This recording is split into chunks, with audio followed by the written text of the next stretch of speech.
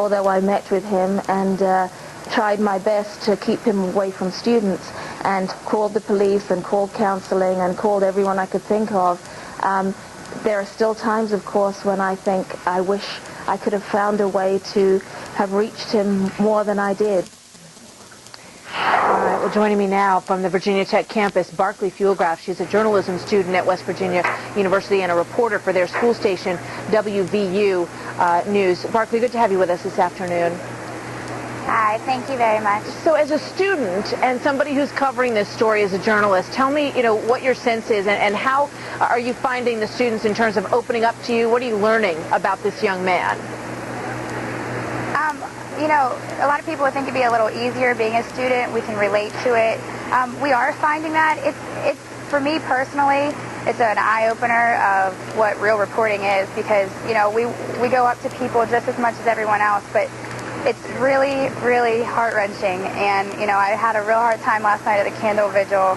And, as a reporter, you're to remain neutral.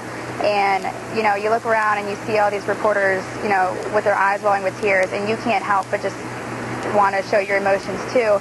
It's really, really tough. I don't have half the experience as everyone else here, though. But,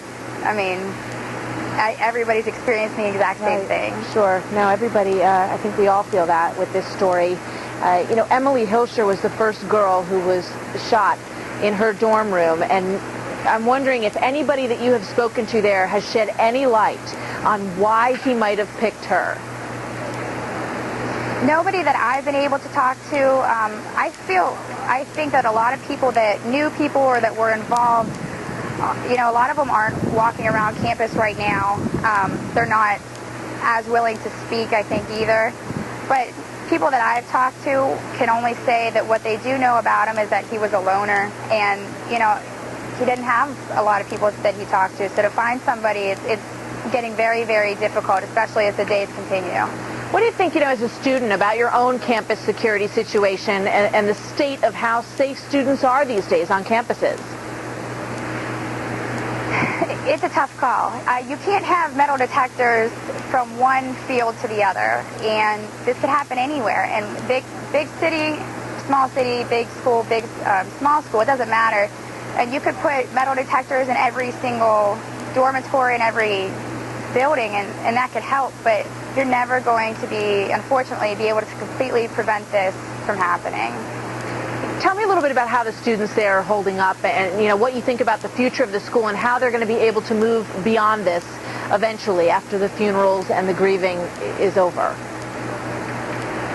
Everybody that I've talked to, the biggest question for me as a student is asking, if you're a freshman or sophomore or junior, will you return? And a lot of them, every single one of them is yes, says yes. And I talked to a grad student that went to it as an undergrad here, and he could not stress enough how great the campus is and that this can happen anywhere. And it doesn't matter where you go. It can happen. And it's, so true. I as a student, I know if this happened at, West Virginia University, I would absolutely return. All right, Barclay, thank you very much. Barclay Fuellgraf joining us from the campus there. Coming up, the A-List is back. We're going to learn more.